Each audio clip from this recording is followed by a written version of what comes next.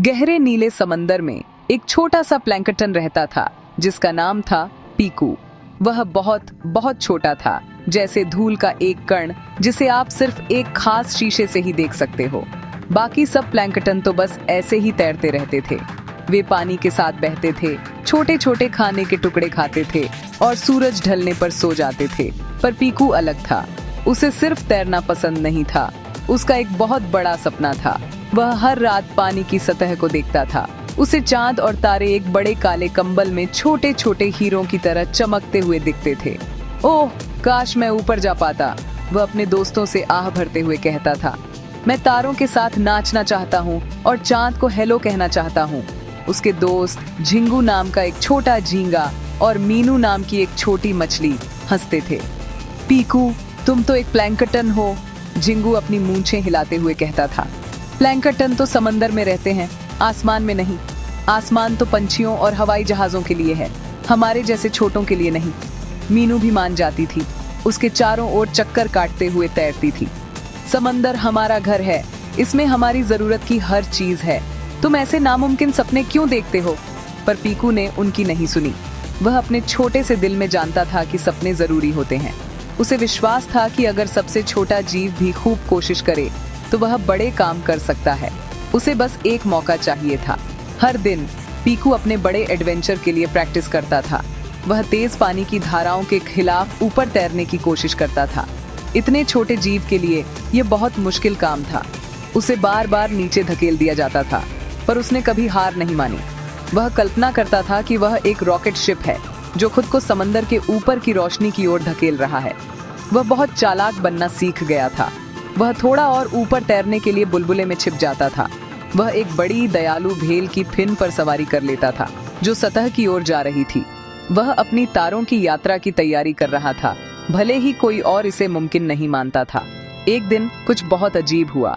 एक बड़ी गोल धातु की चीज तेज रोशनी के साथ छपाक की जोरदार आवाज के साथ समंदर में गिरी। वह धीरे धीरे डूबी और पीकू, जो अपनी ऊपर तैरने की प्रैक्टिस में बिजी था, उसके अंदर पानी के एक छोटे से गड्ढे में फंस गया। वह धातु की चीज इंसान की दुनिया के एक स्पेसशिप का हिस्सा थी। पीकू को यह नहीं पता था, जाहिर है उसके लिए वह बस एक अजीब नई गुफा थी। उसे एक बड़ा झटका लगा और फिर एक जोरदार गड़गड़ाहट। वह धातु की चीज हिलने लगी, नीचे नहीं बल्कि ऊपर ऊपर ऊपर। वह सीधे पानी से होती हुई तेज धूप वाली हवा में चली गई। पीकू का सबसे बड़ा सपना सच होने वाला था, पर उसे कोई अंदाजा नहीं था कि क्या हो रहा था। पीकू कसकर पकड़े रहा क्योंकि उसकी छोटी धातु की गुफा हिल रही थी और गड़गड़ा रही थी। वूश! वह तेजी से और तेजी से उड़ती गई, सुंदर नीले समंदर को बहुत पीछे छोड़ती हुई। जल्द ही वह अपने छोटे पानी के गड्ढे के अंदर तैर रहा था। पर जब उसने एक छोटी सी कांच की खिड़की से बाहर देखा तो उसका मुंह खुला रह गया। वह समंदर के ऊपर आसमान में नहीं था, वह अंतरिक्ष में था। उसने बड़ी गोल पृथ्वी को देखा जो एक नीले और सफेद कंचे जैसी दिख रही थी। उसके चारों ओर लाखों और लाखों टिमटिमाते तारे थे। जितना उसने कभी कल्पना की थी उससे कहीं ज्यादा चमकीले और करीब। वाह, उसने फुसफुसाया, यह मेरे सपनों से भी ज्यादा सुंदर है। वह अंतरिक्ष में एक प्लैंकटन था, सबसे पहला। वह स्पेसशिप में अकेला नहीं था। उसने जल्द ही हरे जेली के अजीब तैरते हुए गुच्छे देखे। उनकी बड़ी दोस्ताना आंखें और टेढ़े मेढ़े हाथ थे। वे एलियन थे। उन्होंने खुद को ग्लूपीज कहा। ग्लूपीज एक छोटे से जीव को पानी की बूंद में देखकर बहुत हैरान थे। वे धीरे से उसके पास तैर कर आए। पीकू पहले थोड़ा डरा हुआ था, पर ग्लूपीज ने अजीब बुदबुदाती आवाजें निकाली और अपने हिलते डुलते मुंह से मुस्कुराए। वे उसकी भाषा नहीं बोल सकते थे, पर वे बहुत दयालु थे। उन्होंने एक खास मशीन का इस्तेमाल करके उसके पानी के गड्ढे को बड़ा किया ताकि वह आराम से तैर सके। पीकू ने अंतरिक्ष में अपने पहले दोस्त बनाए थे। ग्लूपीज ने पीकू को अपना घर दिखाया। उनका स्पेसशिप एक बड़े खेल के मैदान जैसा था। वहां कोई ऊपर या नीचे नहीं था, सब कुछ बस तैरता था।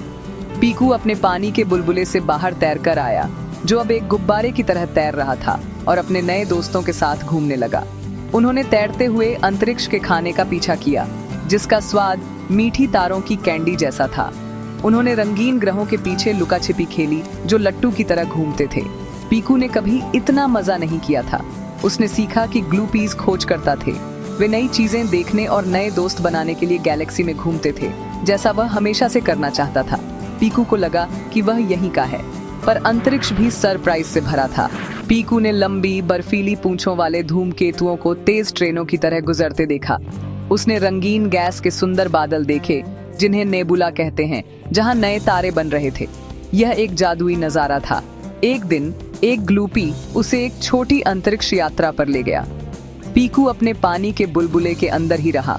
जाहिर है वह शिप के बाहर तैर कर गया और उसने पूरे मिल्की वे गैलेक्सी को अपने सामने फैला हुआ देखा। यह तारों की एक नदी थी, इतनी विशाल और बड़ी। पीकू, छोटा सा प्लैंकटन, बहुत छोटा महसूस कर रहा था, पर बहुत बहादुर भी। वह अपने घर से बहुत दूर आ गया था, सिर्फ इसलिए क्योंकि उसने एक बड़ा सपना देखने की हिम्मत की थी। जैसे ही पीकू अपने एडवेंचर का मजा ले रहा था, स्पेसशिप में एक जोरदार अलार्म बज उठा। हर जगह लाल बत्तियां चमकने लगीं।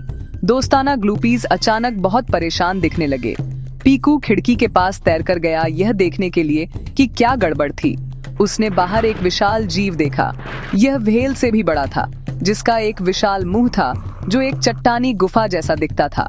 उसकी त्वचा पहाड़ जैसी कठोर और भूरे रंग की थी और आंखें लाल चमक रही थीं। ग्लूपीज ने पीकू को एक स्क्रीन पर तस्वीरों का इस्तेमाल करके बताया कि यह मेटेओर मंचर था।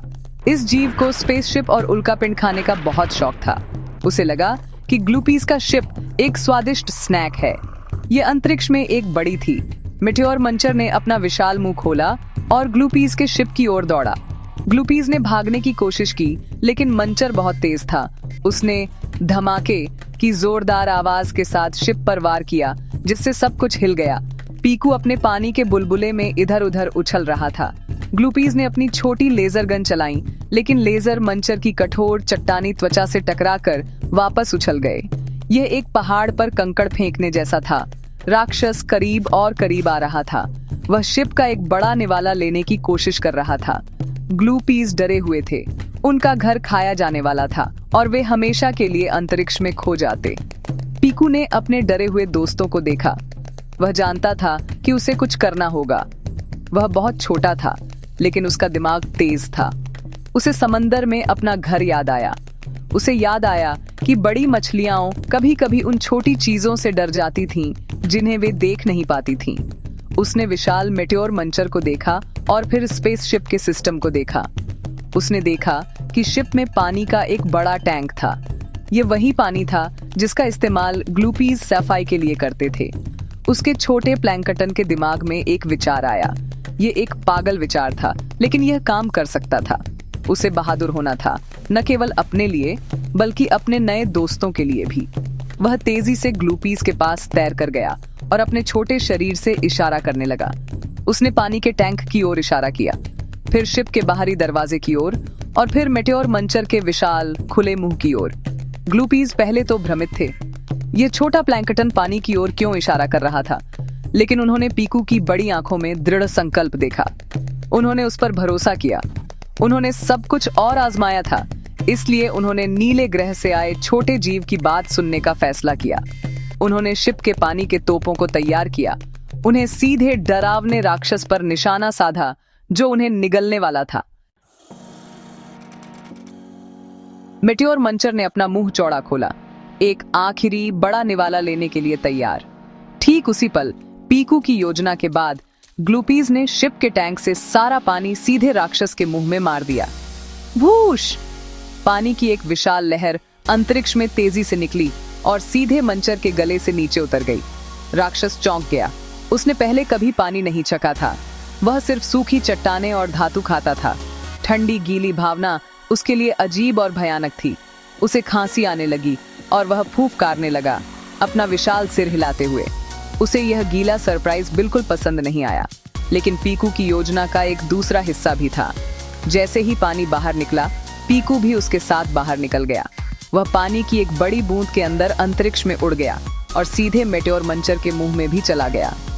अंदर जाने के बाद उसने वही किया जो प्लैंकटन सबसे अच्छा करते हैं। वह चमकने लगा। कई प्रकार के प्लैंकटन अपनी रोशनी पैदा कर सकते हैं। पीकू जितना तेज चमक सकता था उतना तेज चमका। मंचर के मुंह का अंदरूनी हिस्सा, जो आमतौर पर अंधेरा रहता था, अचानक हजारों छोटी चमकती रोशनी से भर गया। ये पीकू और उसके सभी माइक्रोस्कोपिक चचेरे भाई बहन थे जो पानी के टैंक में उसके साथ थे। वे सब एक साथ चमक रहे थे। मेटियोर मंचर को अपने जीवन का सबसे बड़ा डर लगा। पहले भयानक गीली चीज और अब हजारों डरावनी चमकती रोशनी उसे अंदर से गुदगुदा रही थी। उसे लगा कि उसने एक भूतिया तारा खा लिया है। डर की एक बड़ी दहाड़ के साथ उसने सारा पानी और सभी चमकते प्लैंकटन को थूक दिया। वह मुड़ा और जितनी तेजी से उड़ सकता था उतनी तेजी से उड़ गया। ग्लूपीज के स्पेसशिप को फिर कभी नहीं देखना चाहता था। खत्म हो गई थी। ग्लूपीज ने जयकार की। उनका घर सुरक्षित था। वे पीकू के पास तैर कर गए, जो अब अपने पानी के बुलबुले में शांति से तैर रहा था और उसे अब तक का सबसे बड़ा हिलता डुलता ग्रुप हक दिया। पीकू छोटे प्लैंकटन ने दिन बचा लिया था। उसके पास बड़ी मांसपेशियां या शक्तिशाली लेजर नहीं थे। उसने अपने तेज दिमाग और उन खास चीजों का इस्तेमाल किया जो सिर्फ एक प्लैंकटन ही कर सकता था। उसने ग्लूपीज को सिखाया कि सबसे छोटा जीव भी सबसे बड़े विचार रख सकता है। ग्लूपीज ने अपने शिप की मरम्मत की और पीकू को एक छोटे चमकदार तारे से बना एक खास मेडल दिया। फिर उन्होंने उसे उसके घर बड़े नीले समंदर तक सुरक्षित वापस पहुंचाया। जब वह लौटा तो उसने झिंगू और मीनू को अपने एडवेंचर के बारे में सब बताया। उन्हें विश्वास नहीं हुआ। उस दिन के बाद से किसी ने भी पीकू के सपनों पर कभी नहीं हंसा और पीकू ने सभी छोटी मछलियों और झींगों को एक बहुत महत्वपूर्ण सबक सिखाया। इससे कोई फर्क नहीं पड़ता कि आप कितने छोटे हैं। हिम्मत और अपने दोस्तों के साथ मिलकर काम करने से आप किसी भी समस्या को हल कर सकते हैं और किसी भी तारे तक पहुंच सकते हैं।